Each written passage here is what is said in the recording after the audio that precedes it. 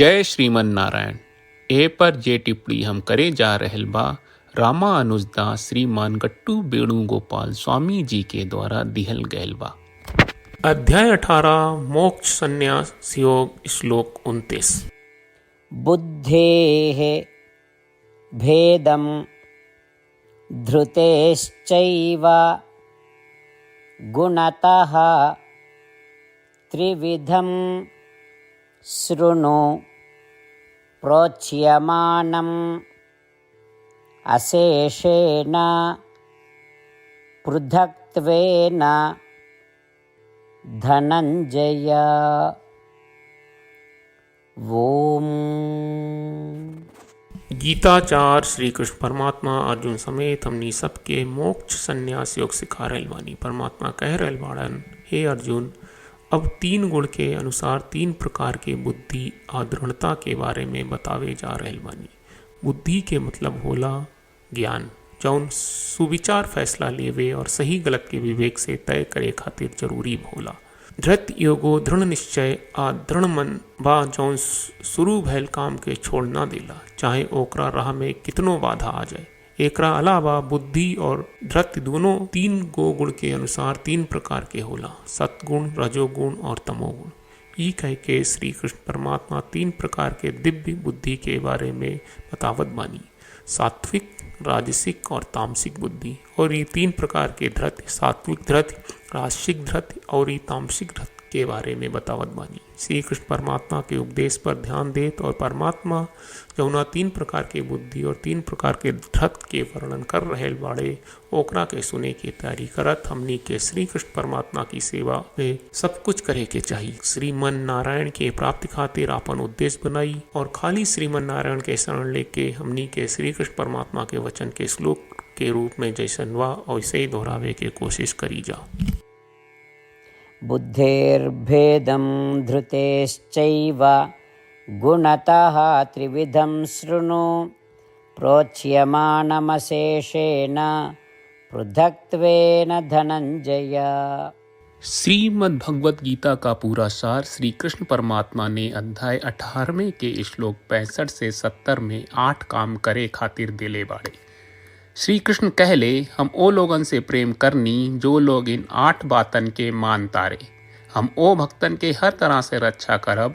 श्री कृष्ण परमात्मा के द्वारा बोलल गईल संपूर्ण भगवत गीता सुनला के बाद अर्जुन कहले, करिष्ये वचनम त्वा, जेके मतलब बा, कृष्ण मैं उही करब जौन आप कही।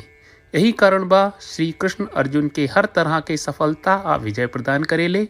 आई परमात्मा के आपन व्रत देई कि हमनी के ये 8 गौ कर्म के पालन करी जा। ई वचन परमात्मा के देवे से बड़न कौनो पूजा, तपस्या, यज्ञ नहीं। हम 8 प्रण कहब जौन हमनी के करे के चाहिए। आप सब कृपया इन्हन के आपन दिमाग और दिल में सोची। श्री कृष्ण के आपन वचन देवे के ई तरीका में हमनी सबकी कल्पना करे के चाहिए कि श्री कृष्ण का चेहरा खुशी से चमकत बा और खुशी के एहसास करत बा। जय श्रीमन नारायण। यहाँ हमनी के 8 वादा बा। हमनी के पहला वादा, हे श्रीमन नारायण, आपका निर्देश के मुताबिक हम हमेशा तोहार ध्यान करब और तोहार बारे में सोचब। हमनी के दूसर वादा, हे श्रीमन नारायण, आपका सलाह का अनुसार हम हमेशा आपका भक्त रहब।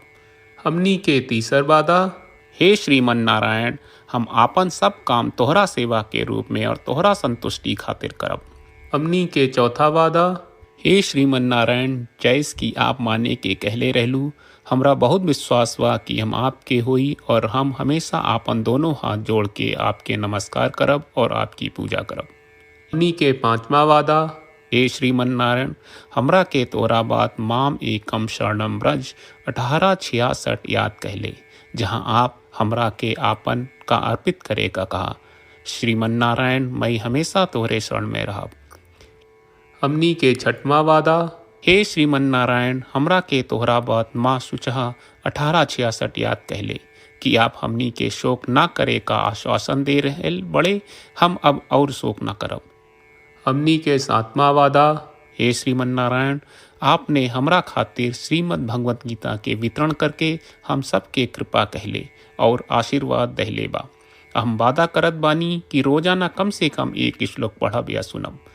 हमनी के 8वां वादा। हे श्रीमन नारायण, आप गीता के पूरा मानवता तक ले गयलू।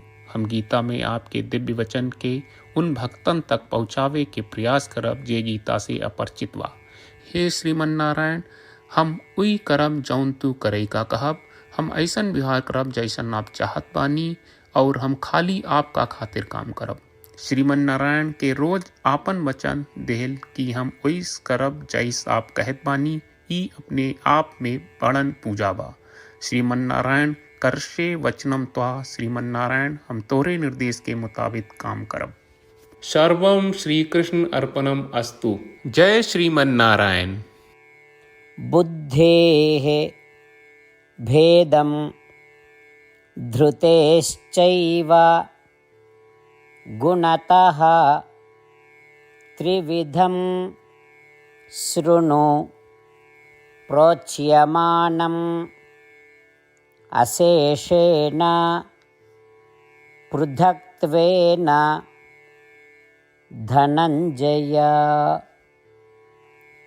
ॐ बुद्धेर्भेदं धृतेश्चैव गुणतः त्रिविधं शृणु प्रोच्यमानमशेषेण पृथक्त्वेन धनञ्जय। जय श्रीमन नारायण। सब भक्त लोगों से विशेष अनुरोध बा, जीवन में हर चीज में हमनी के तत्कालिक और प्रभावशाली परिणाम की अपेक्षा रहेला। एकरा खातिर आइए रोजाना 1 मिनट के समय निकालल जाए और नारायण आश्रम पढ़ल जाए। नारायण आश्रम प्राप्त करे खातिर नारायण आश्रम वेबसाइट पर जाई, जो www.narayanashram.org है, और पंजीकरण में आपन नाम और ईमेल दर्ज करी। आपके द्वारा प्रदान कईल गई ईमेल पर आपका एक नारायण आश्रम PDF प्राप्त हुई। PDF में एक रामायण श्लोक, एक गीता श्लोक और एक विष्णु नामम बा। ये तीनों के मिल के नारायण आश्रम कहल जाला। हर व्यक्ति के ये श्लोक के अलग अलग संयोजन मिलेला। जब हर कोई 24,000 भक्तन के साथ रोजाना आपन नारायण आश्रम पढ़त आ सुनत बा, ता हर दिन संपूर्ण रामायण का 1 दौर, श्रीमद् भगवत गीता पारायण के 33 दौर और श्री विष्णु सहस्त्रनाम स्तोत्र पारायण के 24 दौर प्रतिदिन पूरा होएला। ई एक बहुत ही उल्लेखनीय और विलक्षण परिणाम बा, जौन हर एक दिन ऐस करे से निकलेला। ई कारण बा कि आप और आपके परिवार के सदस्य तुरते जाके आपन नारायण आश्रम प्राप्त करी। जय श्रीमन नारायण।